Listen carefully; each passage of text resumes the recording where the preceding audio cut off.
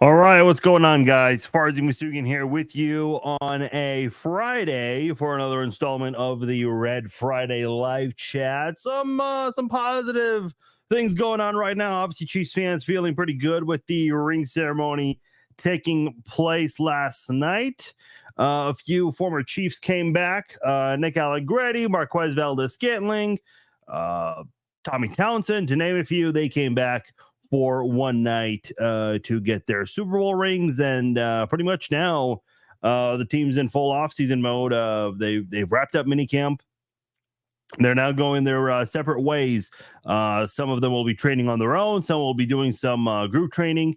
Some of them will be training, at their colleges, their hometown, maybe training with players on another team that they know. You see a lot of that in the next 4 to 5 weeks as now they get ready for training camp.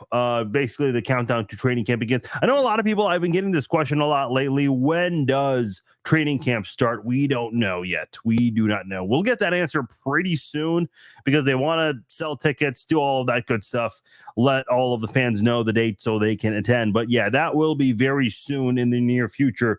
That information should be made available. But nonetheless, pretty cool week. The Super Bowl ring ceremony is always interesting because obviously the rings are getting bigger and bigger. I still remember in 2015 when the Royals won the World Series and the players received their rings, and just how big of a deal that was. And inside the ring, they put out the Royals and the score of the series for every postseason match they had in 2015 that year. And now it's just getting bigger and bigger, where now the top of the ring comes off and you'll see Arrowhead Stadium, or this year now they have the corn dog play from the playbook etched on there, along with gold confetti from Super Bowl in Allegiant Stadium, which is pretty cool. So they've definitely gotten creative over the years with the Super Bowl rings. It's pretty cool to see. It's obviously getting bigger and bigger every year. Obviously, the big story today is that there is a bit of an error on the Super Bowl rings. At least we don't know if there is any confirmation of the actual physical rings that have the error. But with the Chiefs, they put out a social media post showing the basically the score to every postseason game, and they decided to put the seeding of the teams that they beat. So, for example, the 49ers, they had a 1 seed. The Ravens, they had a 1 seed. The Bills had a 2 seed. The Dolphins, they were a 6 seed, but on the ring, or at least the one the Chiefs put out on social media, it shows that they're a 7th seed. Now, they kind of did play like a 7th seed. So, I mean, listen, at the end of the day, do I think any player on the team, any player, any employee, any member of the coaching staff, do any of them give a damn? I don't think so. Like, if their name was misspelled or something along those lines, yeah, they absolutely would want another ring, a replacement ring at least. As far as like who's at fault, I have no idea. I think the Chiefs, I think they create the design and then hand it over to the people at Jostens. So my guess is the error came from somebody within the organization. So yeah, there is someone today from the inspection fact-checking department that's not having a good Friday. Not at all. But whoop-de-doo. Big deal. I mean, they won the Super Bowl. I did want to weigh in on something today. I'm sure you guys all heard Tom Brady went into the Patriots Hall of Fame this past week, and he said something very interesting. He talked about how being in the NFL, making it in the NFL, all that stuff is hard. Training, all the prep work, all of that is hard. And then talked about how, it's hot outside and you'd rather be at the pool or, eating pancakes or whatever. Whereas he has to get up very early and train and practice when all of his friends are having fun, doing whatever. And I'm kind of listening to that. I get what he's trying to say, that in the NFL, you have to make sacrifices and you have to put in a lot of work to be successful. But when he's comparing it to, like, NFL players, they have to practice in the 100-degree heat. I mean, it's been pretty hot in Kansas City lately, so you guys all know that. But comparing that to other activities you could be doing, it's like, man, cry me a fucking river. Like, I don't even understand the purpose of that comparison. Ultimately, like, you're an NFL player. Who cares if you cannot spend your days at a swimming pool or go hang out and have fun or do whatever? You're living the dream of being an NFL player, and you won 7 championship rings. Talking about ring ceremonies, Tom Brady has 7 of those bad boys. I mean, there are a lot of those people that are hanging out at swimming pools that would love to trade spots with you, win championships, have all the glory, have all the money too that goes with it, and still very successful financially today as well. I get, and one aspect of Tom Brady's life, specifically with his marriage coming to an end. Yeah, I mean, obviously that didn't pan out well, and that just shows you, everyone deals with issues. Doesn't matter if you're Tom Brady or whoever, just the average person. But to me, it's like it just felt like he was playing victim card because he sacrificed so much to play in the NFL. I don't know, man. To me, it was kind of weird. It was just odd to me. I just had to get that out there.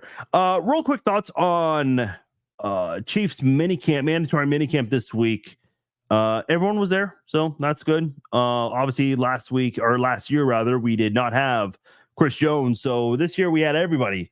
Now for the first day, there were a couple of players missing. Joe Tooney still recovering.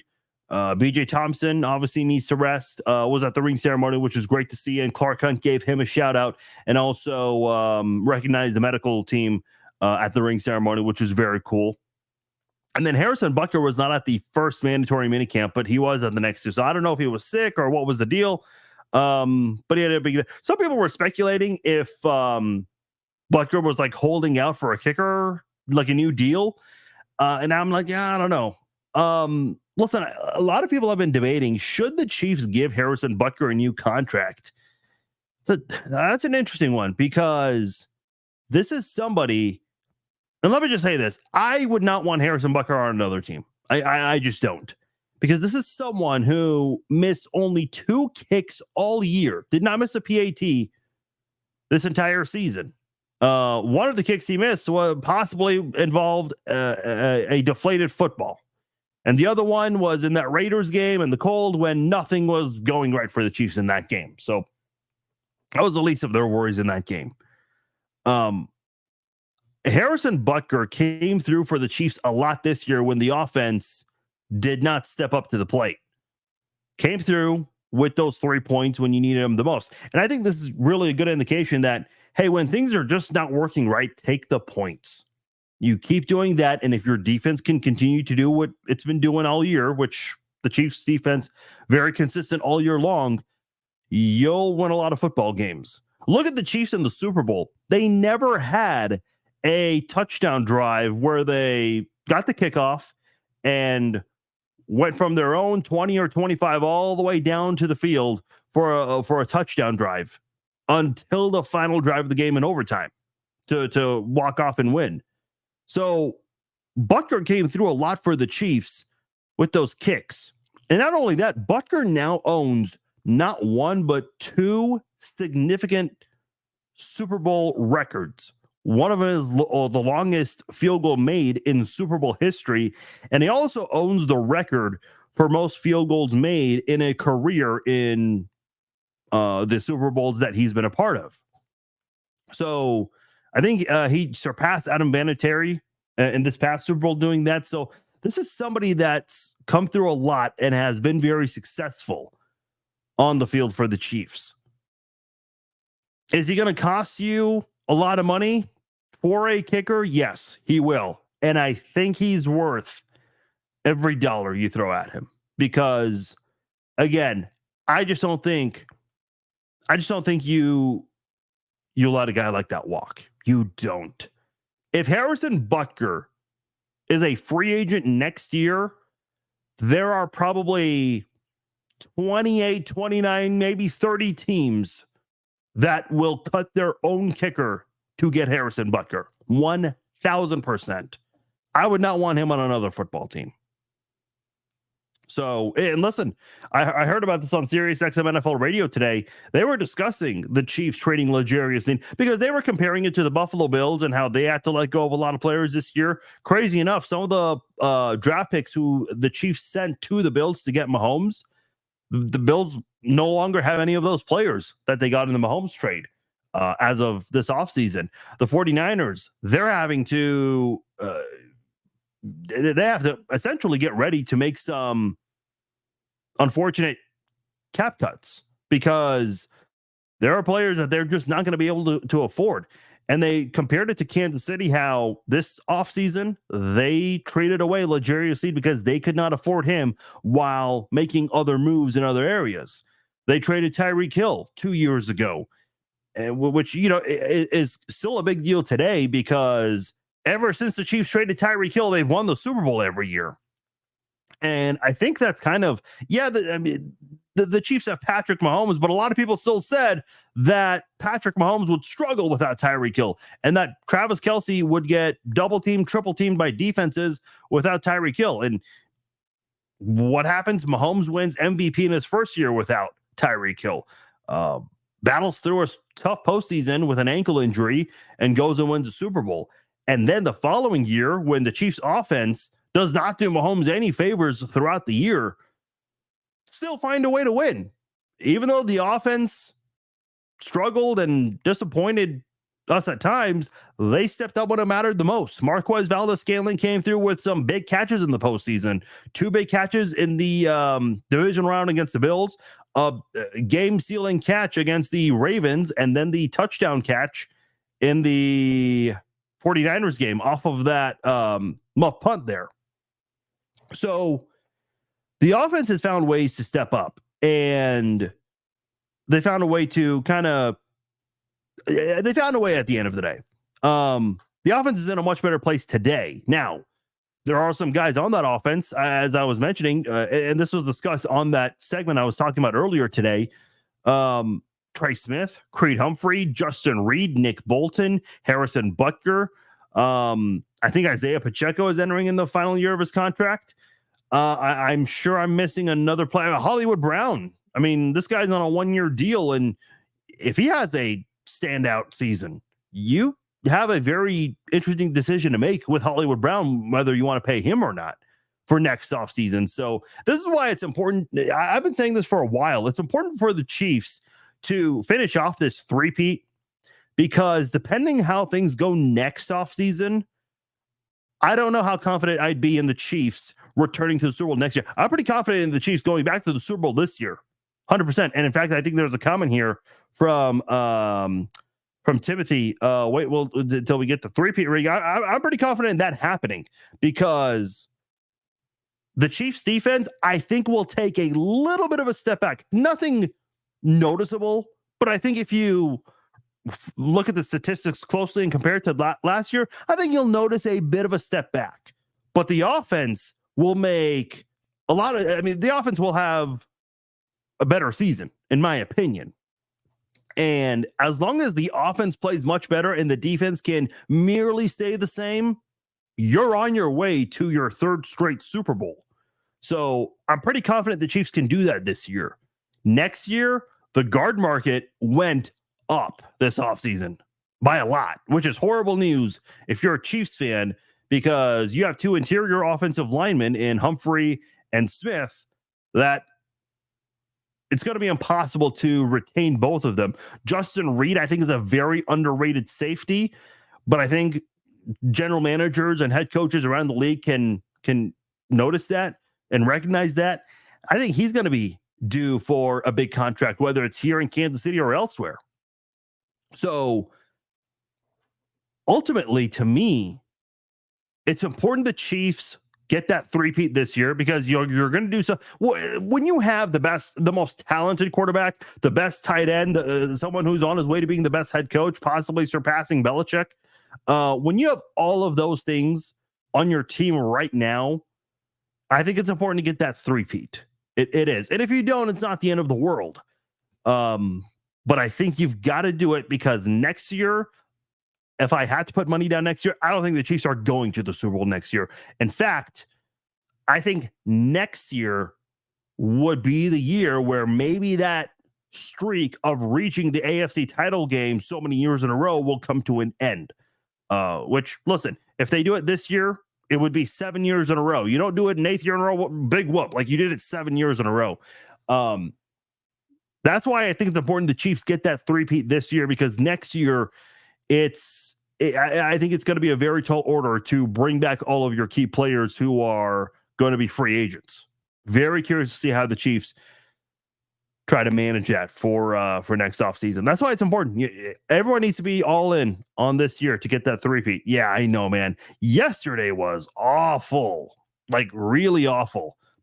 Dude, I'll say this right now. I always say, be kind to anyone that's working on a holiday, because working on holidays suck. I used to work on holidays back in the day, so I understand.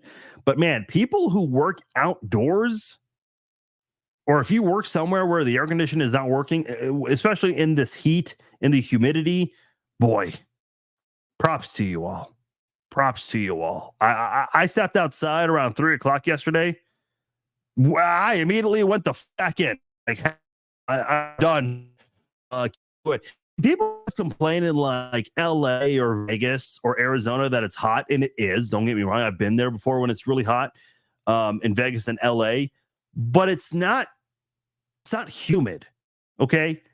When it's 100 degrees in Vegas or in LA, you can kind of handle the outdoors, but when it's like 90 degrees here with the humidity, it's unbearable, man. It's unbearable. Timothy asked a really good question. Any news on Xavier Worthy's hamstring? Yeah. So Xavier Worthy and Joe Thuney are the two big names who did not practice this offseason with the team. I'm not exactly sure what happened with Xavier Worthy's hamstring, if he suffered that during rookie minicamp.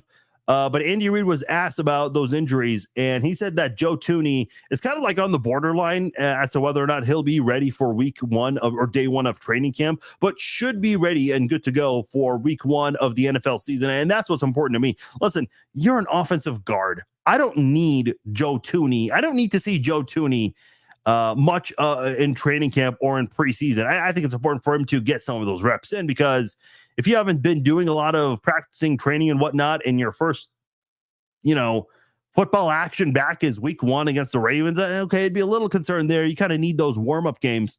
But sounds like Andy Reid's pretty confident that he'll be ready. And that guy might be the best interior offensive lineman in the NFL today.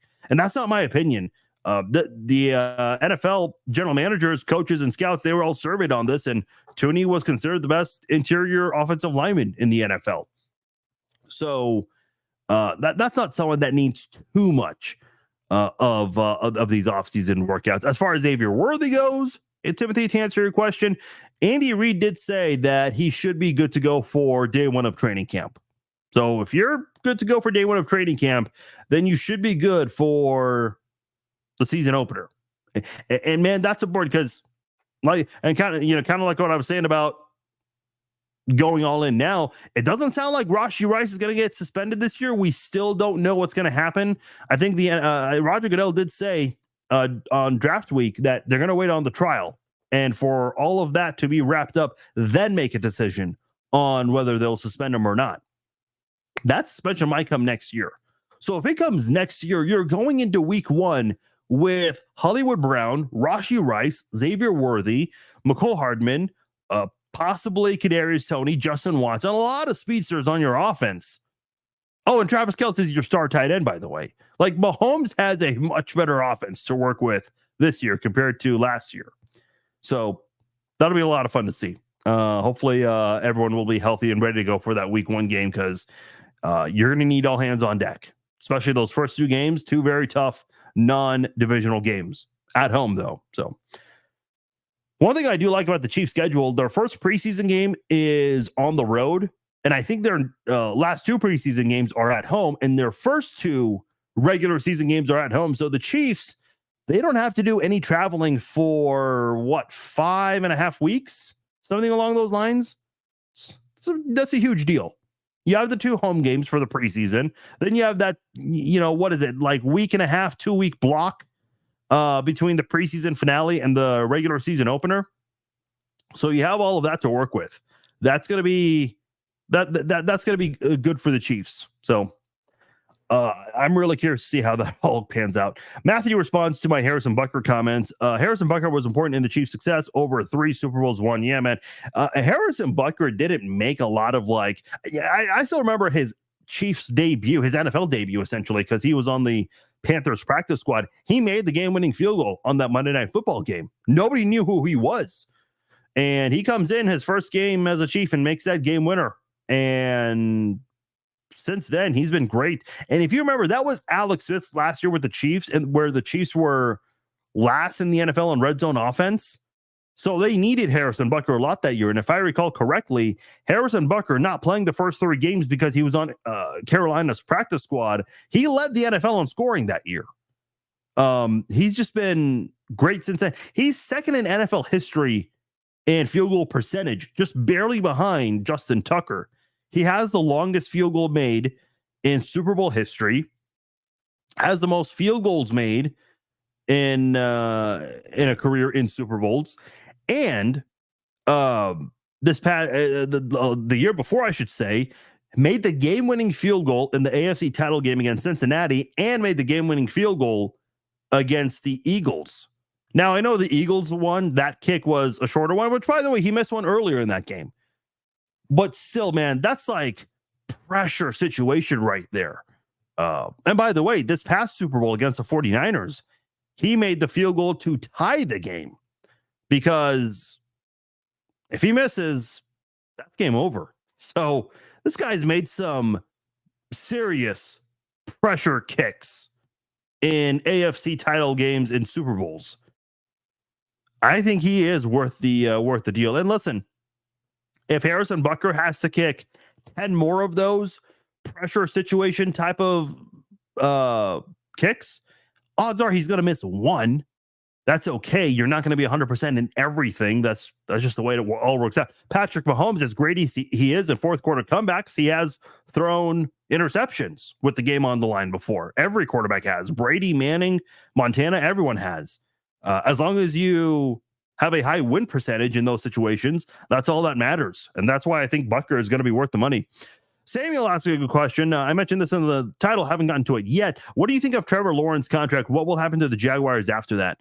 Listen, I like the Jaguars. I'm a big fan of Doug Peterson. A little bit of a bias there because he was the Chiefs offensive coordinator, but he did some good things in Philadelphia. Was surprised that they let him go. But he's in Jacksonville, and I think Jacksonville has been doing better with him than they were with Urban. Urban Meyer was just a mess, like a complete mess. That's a topic for another time, though. So I think the Jaguars are going to be a good team after that. Now, financially, I'm not familiar with the Jaguars, so I don't know exactly what, if they can afford to bring back some of their other key players that they'll need to do for the future, the near future, that is. As far as the contract, okay, so Trevor Lawrence, on an average per year basis, he is making $55 million per year, tying Joe Burrow for the most. In fact, let me pull something up real quickly that CBS Sports posted, because Trevor Lawrence and Joe Burrow, they now, I just mentioned, they have the most money they're making on a per year basis. Okay, I just got the picture. Look at this here. So the top 8 quarterbacks, when it comes to being paid: Trevor Lawrence, Joe Burrow, Justin Herbert, Jared Goff, Lamar Jackson, Jalen Hurts, Kyler Murray, and Deshaun Watson. And then below you have Patrick Mahomes. So those 8 quarterbacks don't have a Super Bowl win. As a matter of fact, Lawrence has 1 playoff win. Burrow has, I think, 5. He's been to a Super Bowl. Justin Herbert blew a 27-0 lead.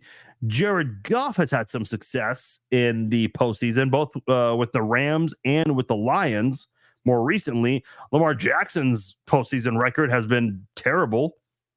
Jalen Hurts did go to a Super Bowl, but he's only had one good postseason. Kyler Murray has yet to win a postseason game, and Deshaun Watson, I think, has only won one postseason game. And when he got hurt, the Browns were still winning football games.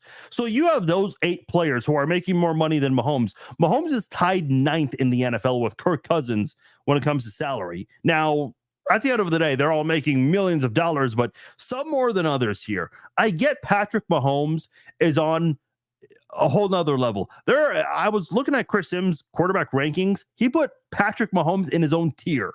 I mean, you hear a lot of people say Patrick Mahomes is in his own tier. You can't compare him to anyone. You just can't. And listen, I've said this. If you guys listen to the podcast in the last 365 days, you guys know that I've said this many times. Every quarterback, including Patrick Mahomes, is overpaid, in my opinion. Now, with Patrick Mahomes, you can handle him making a lot of money because you've won 3 Super Bowls with him. You've also been to another Super Bowl with him. And ever since he's been your starting quarterback, you've been to the AFC title game every freaking time. But at the same time, too, it's worth noting that with Mahomes, he's also took a pay cut multiple times with the team. So ultimately, what does this whole contract situation mean for Trevor Lawrence? Because he's not going to be the last guy to essentially hit the jackpot. You have Dak Prescott, who's probably going to get $60 million. Not that I agree with it, but that's just the way shit works.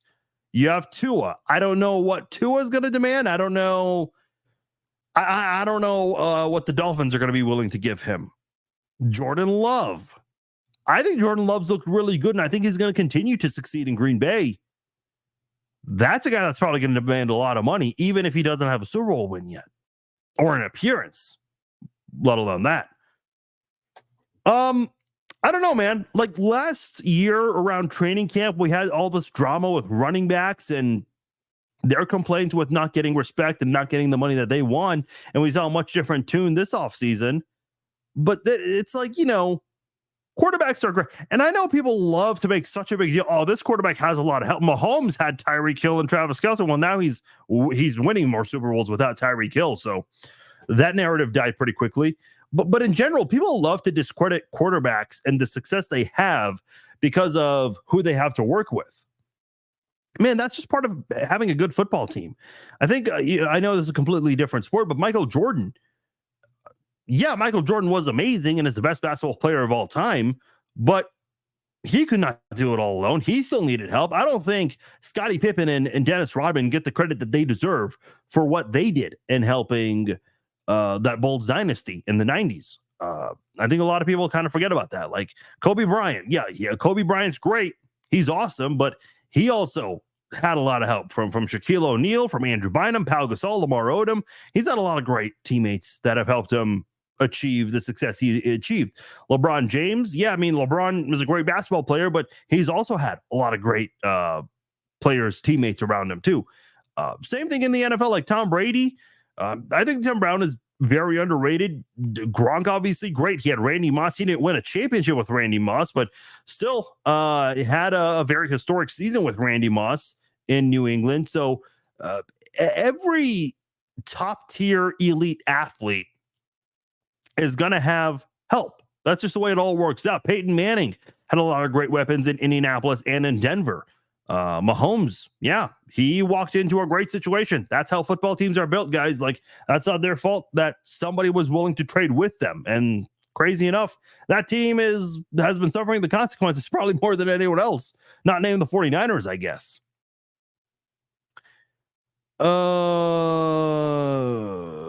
Bengals about to find out with Burrow's contract. Yeah, I mean, they overpaid for Burrow so far. Burrow's great, but if you're not available,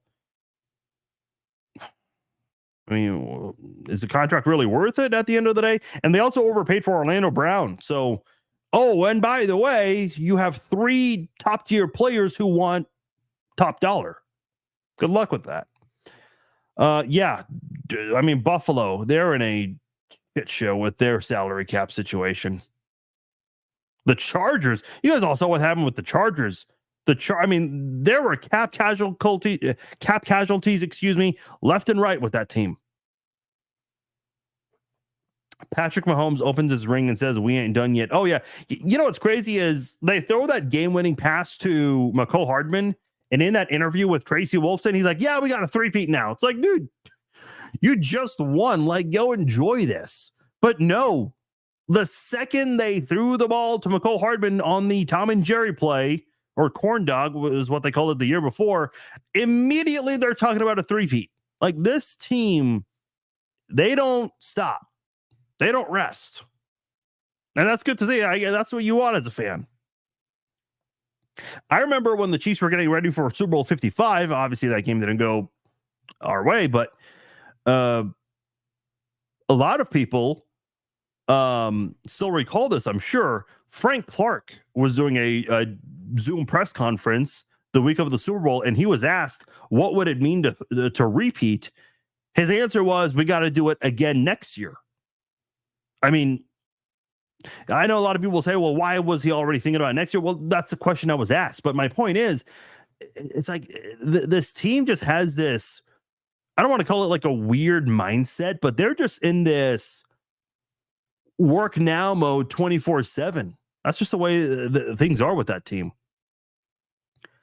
And it's funny too, because this was the same team that people, criticized and said, "Oh, they're not focused. They're distracted by Taylor Swift and all the side distractions with the Swifties." It's like, well, who won the Super Bowl?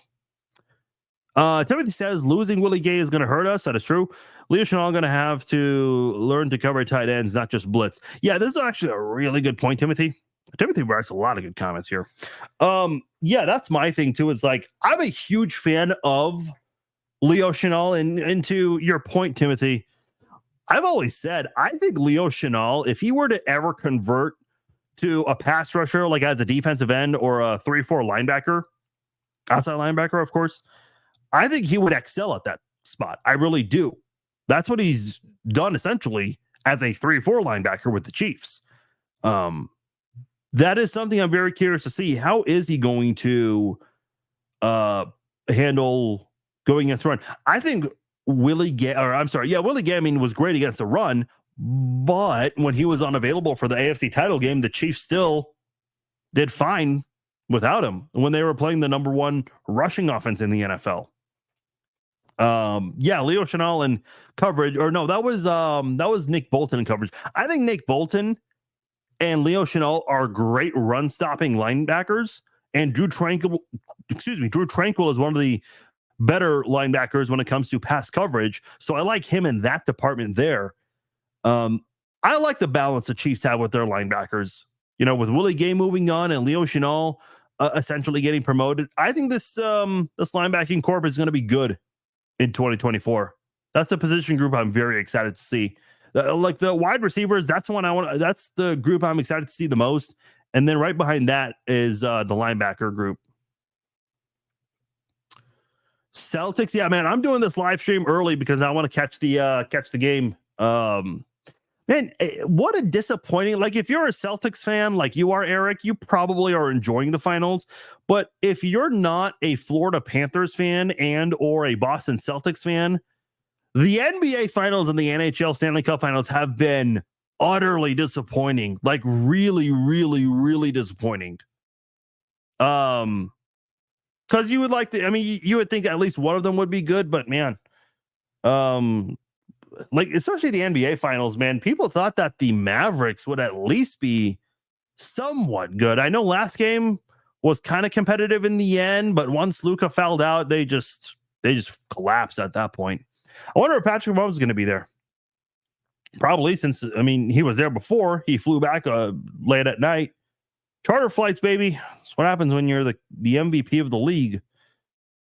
Is it true that Tony and MVS had lanyards on their rings to keep? Oh, Travis, what are you doing, man? I didn't even finish the comment. It said had lanyards on their rings to keep them from dropping the rings. Oh boy. I'm reading that comment, not even ready for the punchline there. You work on holidays and outside of a golf course? Jesus Christ, dude. Props to you. What is wrong with Tooney? Melinda's asking. The pectoral injury that he suffered late in the season. I think it was on that AFC title game. So really bad timing because you missed out on the Super Bowl, obviously. And then you know, you kind of have to think about whether or not you'll be ready for week one. Another guy that, you know, I kind of wonder with Charles Omenihu, I don't think he'll be ready for week one against the Ravens, but you know, I keep seeing him post online. I know he's doing like a YouTube series on his rehab and recovery, which you know, I'm not watching that. I'm not interested in that. I'm sure it's good content and all, but I'm watching other things at the same time. I don't know. Hopefully Omenihu's right. Omenihu, like, the guy played what? 11 games last year, and he had 7.5 sacks. That is really good for 11 games. And even if he played all 17 games, like 7.5 sacks is pretty good for a newcomer on this team. Mike Dana, I thought, stepped up and played much better. George Karlaftis is getting better and better. Chris Jones continues to play at a high level. And obviously he has very high expectations from himself, wanting 20 sacks and defensive player of the year. We'll see. This defensive front is going to be a lot of fun to watch. Eric says, after the three-peat, I hope he says we are done, even though they aren't. It would be pretty funny. You know, I said this when the Rams and Bengals were playing in Super Bowl 56, because, you know, my entire life as a Chiefs fan, I've watched Super Bowls enjoying the game, enjoying the commercials, enjoying the halftime show. And then in Super Bowls 54 and 55, I did not give a shit about the commercials or the halftime show or any of that stuff. Like I'm like glued in on the game and the stress that comes with it. So when I'm watching Super Bowl 56, which by the way, the halftime show for that one was epic, I'm like, yeah, this is actually like relaxing a little bit. You know, I had 2 years of seeing my own team. I'm sure I'll see them again, which fortunately we have. But then like these last two Super Bowls, they're not necessarily enjoyable. I mean, yeah, sure, the Chiefs won, but as the game goes on, like you're just emotionally invested. You can't focus on the commercials or the halftime show. That's what I've learned as a Chiefs fan, especially in these last like 5-6 years. You cannot appreciate the commercials or the halftime shows because you're just too busy and invested in the game.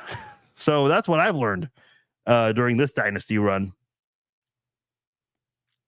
I have nothing negative to say about Burrow's ability, but I would take Lawrence because I'd have a guy that is a step lower on the field over a great player with injury questions. Yeah, like if we're doing like a fantasy draft, like if every single quarterback was cut today and we're doing a fantasy draft on just quarterbacks, I mean, I'd be very curious to see how far or how high Burrow would go. I think he would still go high, but I think, yeah, there might be a possibility. Like Mahomes is number one, obviously. That's not even a question.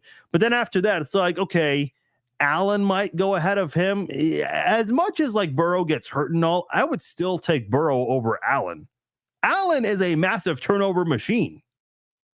And I know Bills fans talk about, oh, our kicker missed. Well, your quarterback also missed 2 plays before. He had a wide open player in the end zone. And Bills fans are using the excuse of, oh, Chris Jones pushed the offensive tackle into him. Yeah, there's this thing called awareness and moving out of the pocket. Carson Palmer was on a podcast last offseason kind of criticizing Mahomes for going off the script and leaving the pocket. Well, apologies on behalf of Mahomes for being aware of pass rushers getting to him. And by the way, Mahomes has dealt with some shitty offensive tackles the last 2 years. What is he supposed to do? What is he supposed to do? Stand there and get beat to death? Like, come on, man. Like, he's got to make plays for himself. Patrick Mahomes, as bad as the offensive tackles have been the last 2 years in Kansas City, he's done a good job of not letting that sack total get high because of his ability to leave the pocket. Sorry, Carson Palmer. That's what Josh Allen should have done. And if he does that, he hits Shakira in the end zone. But no, didn't do that. It's weird. Listen, Chiefs fans are kind of the same way where, like, if Mahomes makes a mistake, no one wants to acknowledge that. No one wants to discuss that. They would rather discuss, like, somebody else's mistakes. Listen, I mean, I'm not saying you have to turn your back on the guy, but you kind of have to recognize that it's not just one. Like with D Ford being offsides, a lot of people just pointed the finger at him when the Chiefs did not win, when there were so many other factors, especially on offense in the first half, being shut out, no scores, with all of that. So I don't know, man. NFL teams are going to have a practice squad 53-man roster by the time Mahomes retires after overspending. Yeah, man, they might. All these teams going broke, keeping up with us. I mean, you're seeing it, man. Remember when the Chiefs traded Tyreek Hill and the AFC West, the rest of the AFC West? I mean, they brought in J.C. Jackson, Khalil Mack, Devontae Adams, Russell Wilson. How did that go for those guys? Everybody thought the Chiefs were in trouble, not just with, Mahomes and trying to find success on offense. People thought that the Chiefs would struggle immensely in the division. They went 6-0 in the division and obviously went on to win the Super Bowl. So, yeah, it's crazy to see. Like the Chiefs, they're like, yeah, we can't afford this star player. No problem. We'll trade him and we'll keep winning games. So the reason people are not going so crazy over Snead, and Robert, I see your comment. I do agree. He's hard to replace. Like, he's a phenomenal football player. He's been kind of up and down throughout his career. Just had his best year though, and I think with experience that helps. He's getting better. So I do agree. He is going to be hard to replace. But you're not the energy people had 2 years ago when they were down on the Chiefs, when they traded Tyreek Hill, thinking they'd be terrible. You don't see that same energy right now. And I'm not trying to compare L'Jarius Sneed as an overall football player to Tyreek Hill, but Sneed, I think we all agree, had a great year last year with the Chiefs. But nobody's going crazy about the Chiefs trading a star cornerback because it's the Chiefs. They'll be just fine because they've already proven that when they traded Tyreek Hill a couple of years ago. I'll read a few more and get out of here. All respect to Luka, I don't like Horford had a problem with Irving in Boston, so I can only imagine how Irving acted in Boston. Yeah. By the way, are any of you guys UFC fans? Like, I'm just going to say right now, Conor McGregor is not going to fight again. I would be shocked if he has 3 more fights in him. The guy signed a 6-fight contract and just doesn't show up. He hasn't fought in like 3 or 4 years. Seriously, like Conor McGregor is in a place today where he just does not give a rat's ass about fighting. His heart, his focus, his dedication is far away from fighting. And I feel bad for Michael Chandler because I think Chandler is a great fighter. But dude, like, what you're dealing with. Michael Chandler has sat out so he could get this money fight. But how much money have you lost from sitting out? I don't know, man. Let's see. A few more comments here. I saw Brian Cook at the ring ceremony. Any update on his return? Yeah, he's good to go. He's practicing, if I recall. He's been involved in OTAs and minicamp, so he's good to go. He's practicing. Yeah, that was a big loss for the defense. I mean, the defense still played great, but having him back is going to be good. I was thinking about this earlier, and I saw someone tweet about this. Who I'm surprised is still a free agent? Justin Simmons. If you're available in mid-June, dude, I would have to think that you're still like. I mean, I don't know what he's demanding money-wise, but if you're available in mid-June, I don't think this is a guy that's going to be very expensive for a team to keep. I would be willing to throw a couple $1 million at Justin Simmons. I mean, this guy is coming off an all-pro season, second-team all-pro, and was a Pro Bowler. Just co-led the NFL in interceptions a couple of years ago. Let me quickly see NFLPA salary cap report. Let me just double-check and see what the Chiefs have, because when they traded Snead, they got a lot of money. and they have not been doing a whole lot of spending. Yeah, they extended Kelsey. See, the Chiefs have $16 million in cap room. You don't need to keep all of that. I mean, yes, you're going to need some money because injuries occur and you're going to have to sign free agents to replace players and whatnot, but you don't need all $16 million of that. You go spend $4 million on Justin Simmons. Bring him in as part of your rotation. I mean, the guy just made an all-pro, second team all-pro, so I don't know if he wants to be on a big rotation, but if Brian Cook is, needs some limitation, I would throw some money at Justin Simmons, especially with Snead out in Tennessee now. Because I think the Chiefs pass rush is going to be good. And you have a couple of young cornerbacks who in Nazeed Johnson, who didn't play at all last year because of injury, but he's been getting a lot of first team reps. Jalen Watson, Josh Williams, they've had flashes. They have not been consistent. They haven't played as many snaps as McDuffie and Snead ever since McDuffie came back from his injury his rookie year. So why not just have that safety help just to ensure your defense is going to be good? That's just what I think.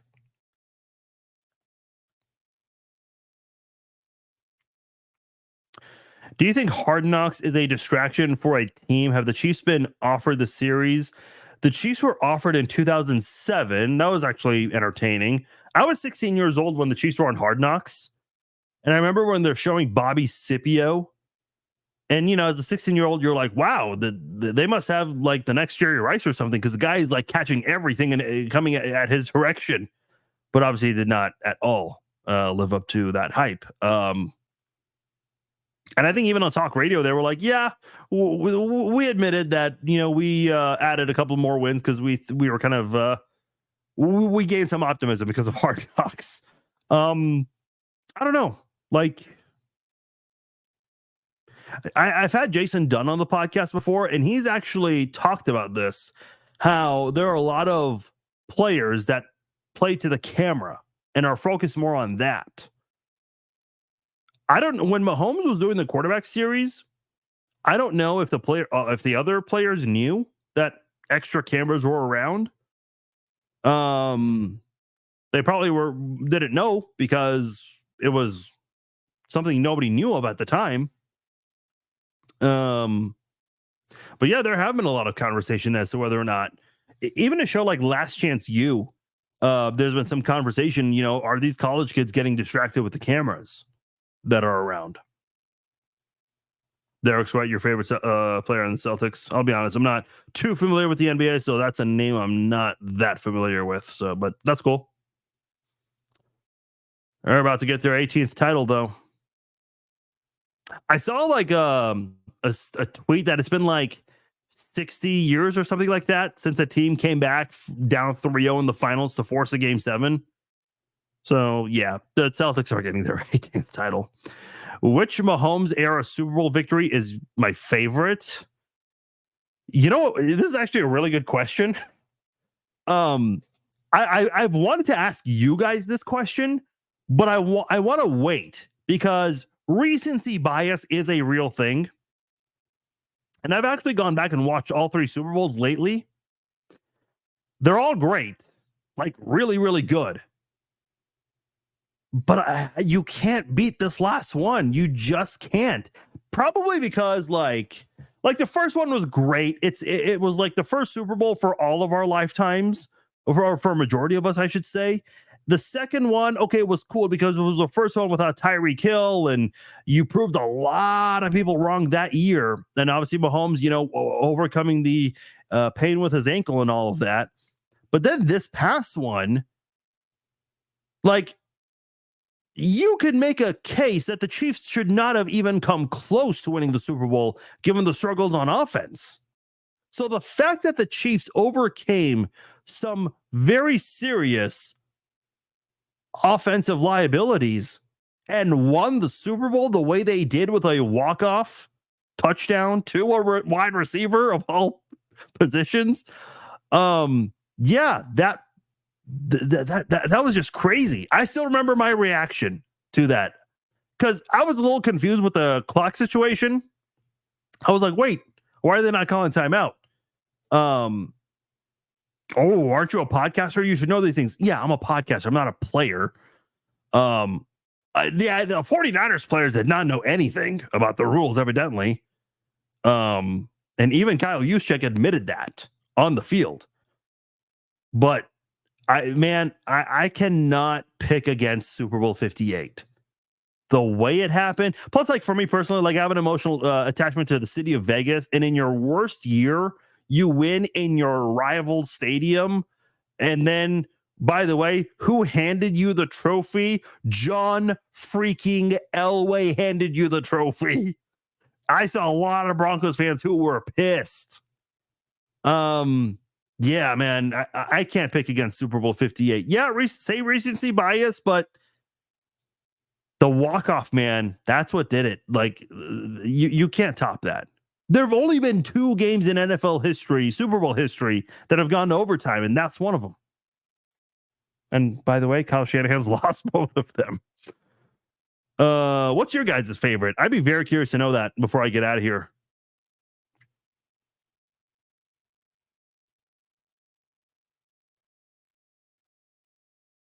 Sheldon saying the last one, yeah.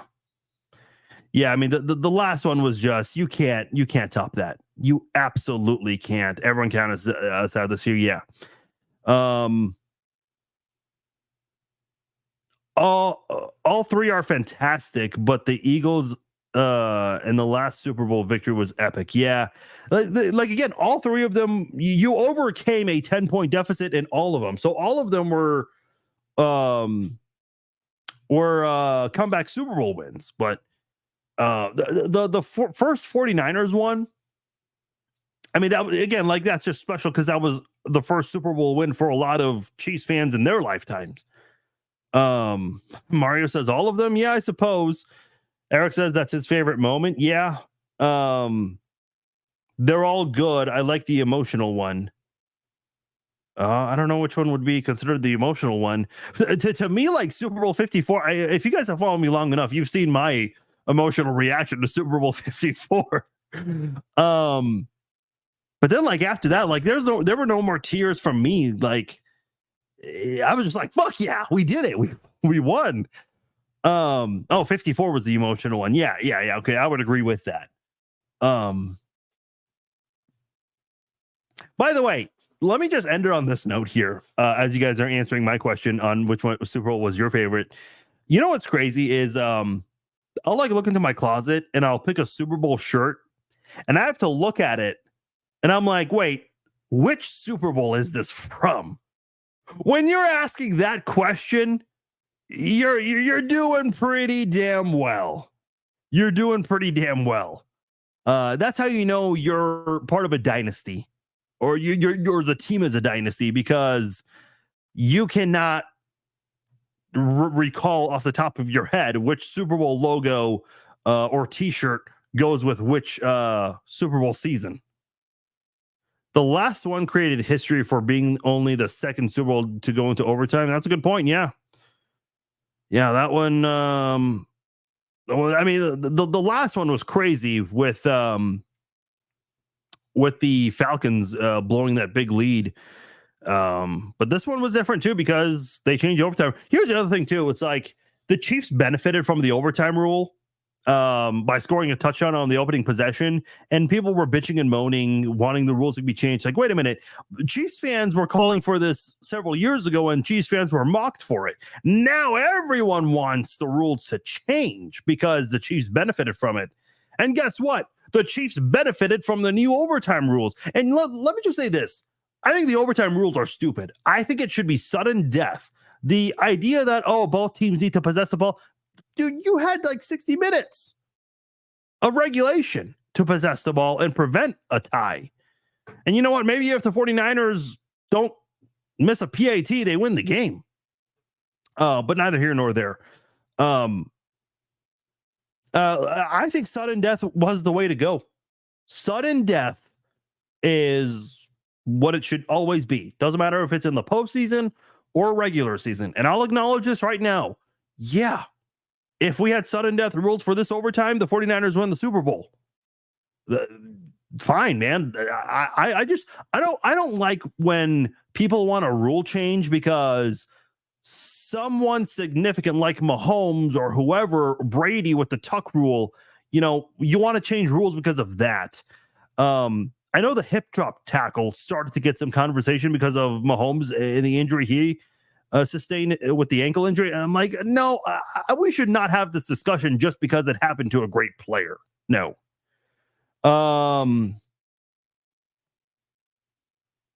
Yeah, a lot of you guys are saying this last Super Bowl win. Yeah, see, this is the thing. Like, I did not want to ask you guys this question the week of the Super Bowl, but it's just you can't pick against Super Bowl 58. That is the best. That really is the best. I'm sure there's like I'm sure there are articles. I have not looked. I just thought of this now for the first time.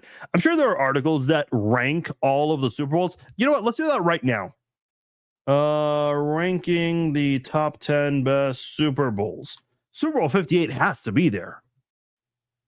Let's see. I want one that's recent. Okay, this is from Yardbarker. I'm sure you guys have heard of Yardbarker. I think they used to partner with Bleacher Report and FanSided in the past. This was 18 days ago, so fairly recent, by Chris Mueller, ranking the 25 most thrilling Super Bowls. Let's see. Super Bowl 58 is 22nd? What's ahead? Packers, Steelers, Saints, Colts. I don't know. Hold up. Super Bowl 58 should be way higher on this list. Like, I'm looking at this list. No, come on. Super Bowl 58 should be higher. I mean, Super Bowl 54 is 13th and Super Bowl 58 is 22nd? Hell no. As a Chiefs fan, I'm saying hell no to that. Super Bowl 56? I mean, that was a good game, but it wasn't like thrilling. Down like, oh, okay, it came down to the wire. I get it. What's number one? Okay, the Super Bowl 57 is 10 on the list. So the other two Chiefs Super Bowl wins of recent are ahead of Super Bowl 58. I don't agree with that. No way. I mean, this is kind of like boring. This is turning into a boring live stream, so I don't want to. Number one is Super Bowl 25, Giants Bills. I don't know, man. Super Bowl 58 should be higher. Am I excited to use the Jayhawks on EA College 25? No, because I don't really play college sports games. I did like when I was a kid and had more time. Now I don't play a lot of sports games anymore. I mean, I'll play Madden. The thing that I hate about Madden is that people quit whenever they like throw an interception on the opening drive, which makes it not fun. I don't play a lot of sports games anymore. I usually like to play RPG games that have like good storylines. Actually, right now, I just started Miles Morales Spider-Man. I'm taking a break from my Final Fantasy run and playing some other games that I have not played in a while. Number two, if you ask me, the helmet catch with David Tyree. I remember when he was rumored to come to the Chiefs. And we were just like, yeah, we'll take anybody. Yeah, man, I can't stand the quit. Like, if you're getting your ass kicked like 30-0 at halftime, yeah, I mean, sure, quit. I don't care, but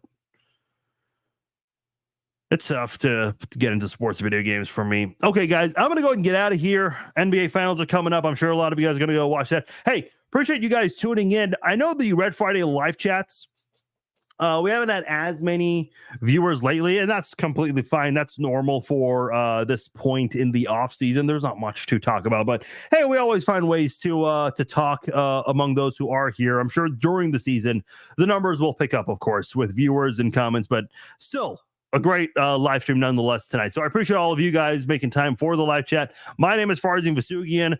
Go enjoy the rest of your Friday night. Go watch history be made by the Boston Celtics. Oh yeah, Taylor says screw the Celtics if you hate the Celtics. That's fine as well. All right, thank you guys. Appreciate you guys tuning in, making time watching this live stream. I'm out. Talk to you all later. Peace out.